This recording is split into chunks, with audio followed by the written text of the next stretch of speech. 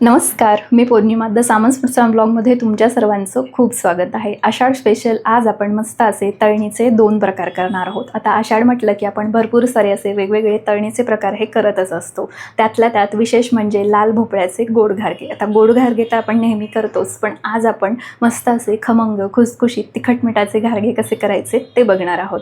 आता बहुतेक वेळा खूप जणांनी गोड खाणं हे कमी केलं आहे, त्यामुळे आपण मस्त असे खमंग घारगे कसे करायचे ते बघणार आहोत. खाण्यासाठी देखील एकदम टेस्टी लागतात व लहान मुलं मोठी माणसं अगदी आवडीने खाऊ शकतात.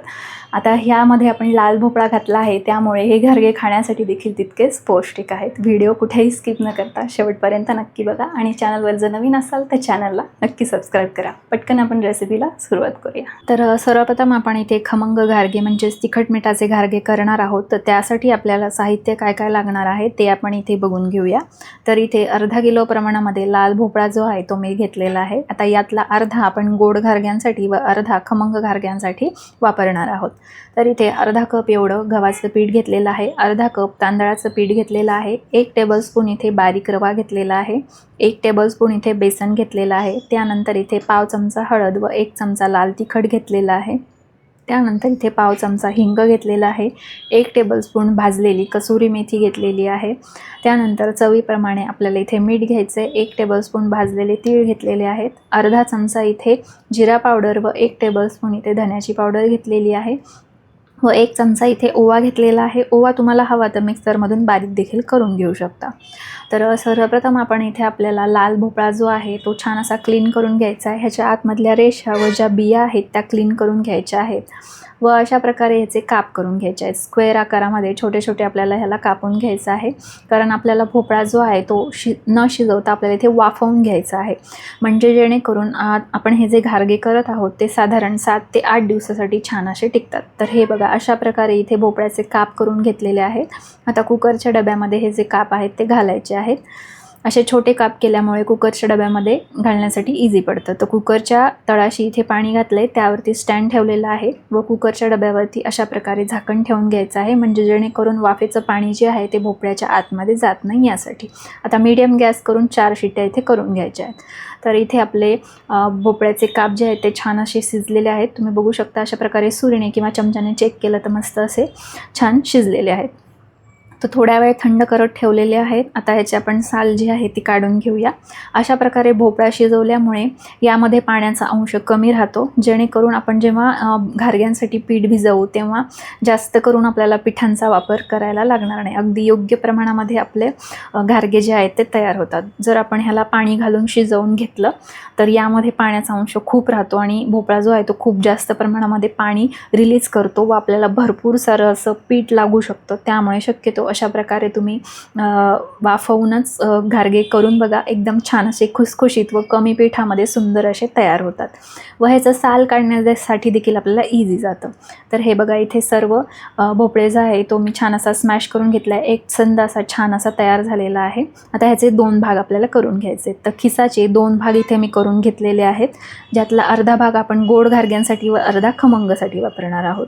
तर इथे आपण आता गोड घारगे करण्यासाठी आपल्याला साहित्य काय लागेल ते बघूया. तर पाव कप इथे भोपळ्याचा गर घेतला आहे, त्यानंतर इथे 2 ते 3 टेबलस्पून गव्हाचं पीठ, 1 कप तांदळाचं पीठ घेतलेलं आहे, त्यानंतर इथे 1 चमचा वेलची पावडर घेतलेली आहे, अर्धा कप इथे गुळाची पावडर घेतलेली आहे. तुम्हाला हवं तर तुम्ही अख्खा गूळ घेऊन तो खिसून घेतला तरी पण चालणार आहे व गोड तुमच्या आवडीप्रमाणे कमी जास्त करू शकता. त्यानंतर 1 टेबलस्पून खसखस व चवीप्रमाणे इथे आपल्याला मीठ लागणार आहे.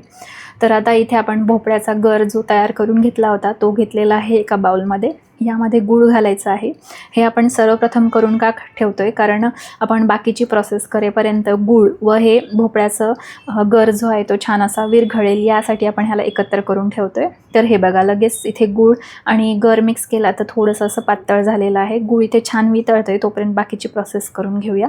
तर इथे आता आपण खमंग पुऱ्या कशा करायच्यात म्हणजेच घारगे कसे करायचे ते बघून घेऊया. तर त्यासाठी इथे पाव कप भोपळ्याचा गर घेतलेला आहे, त्यामध्ये सर्व पिठं जी आहेत ते घालायचे आहेत. बेसन व रव्यामुळे व तांदळाच्या पिठामुळे आपला घारगा जो आहे तो छान असा खुसखुशीत व छान असा भरपूर वेळासाठी फुगलेला राहतो. यामुळे यामध्ये रवा घातलेला आहे व तांदळाचं पीठ घातलेलं आहे.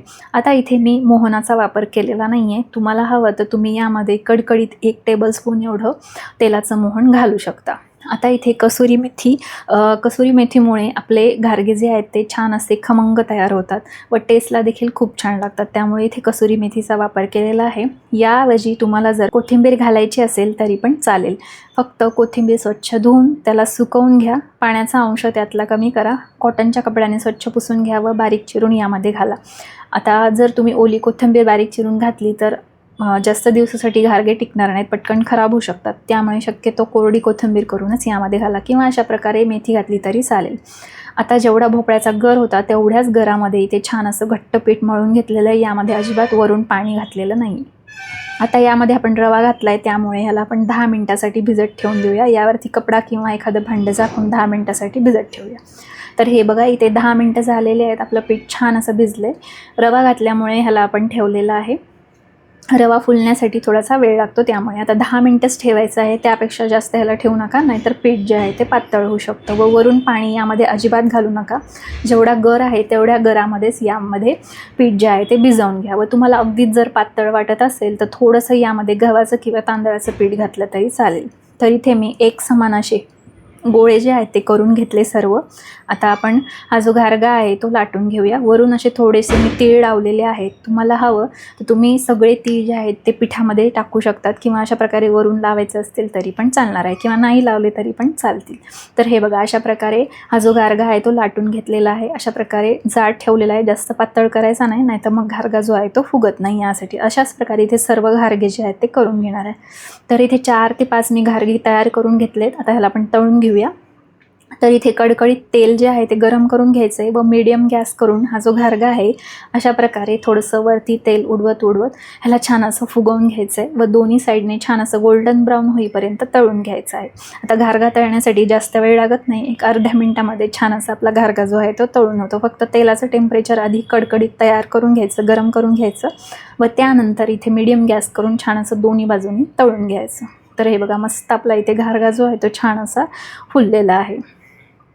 एखाद्या टिश्यू पेपरवरती किंवा चाळणीवरती ह्याला तुम्ही काढून घेऊ शकता. अजिबात तेलकट होत नाही, यातलं व्यवस्थित तेल निथळून घ्यायचं. तर इथे आपला मस्त असा खमंग घारगा जो आहे तो तयार झालेला आहे. लोणच्यासोबत किंवा दह्यासोबत किंवा शेंगदाण्याच्या चटणीसोबत किंवा चहासोबत हे तुम्ही खाऊ शकता.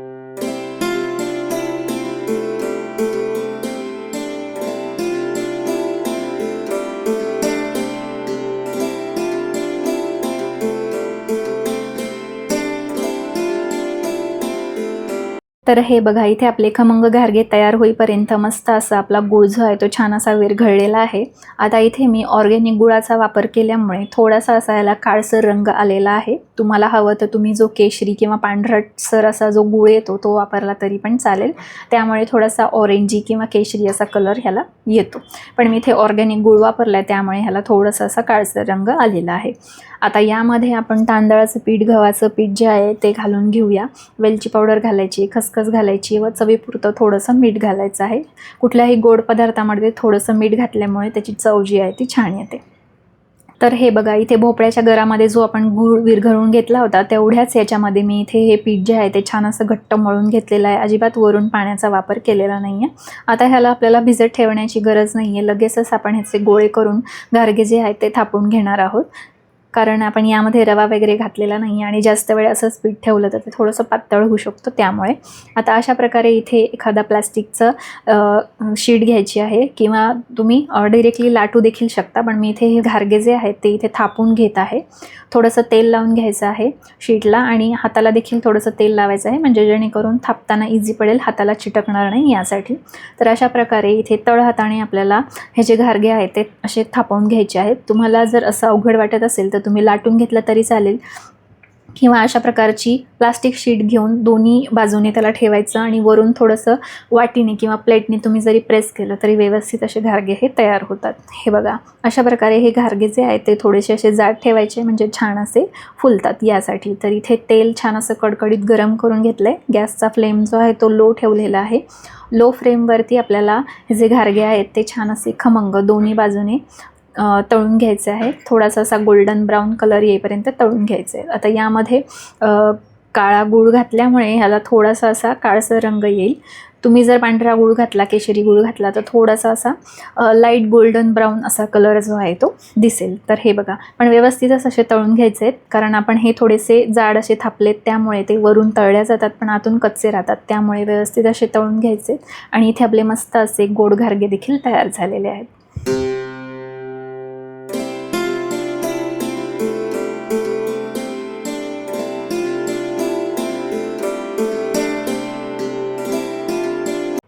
तर अशा प्रकारे मस्त असे खमंग व गोड असे 2 प्रकारचे घारगे कसे करायचे ते आज आपण या व्हिडिओमध्ये बघितलं. तुम्हाला ही रेसिपी कशी वाटली ती कमेंट करून नक्की कळवा व आवडल्यास लाईक करा, शेअर करा आणि सबस्क्राईब करायला विसरू नका. शेजारच्या बेल आयकॉनवरती क्लिक करा म्हणजे असेच नवीन व्हिडिओजचे अपडेट तुमच्यापर्यंत येत राहतील. तर चला भेटूया नेक्स्ट व्हिडिओमध्ये. तोपर्यंत धन्यवाद.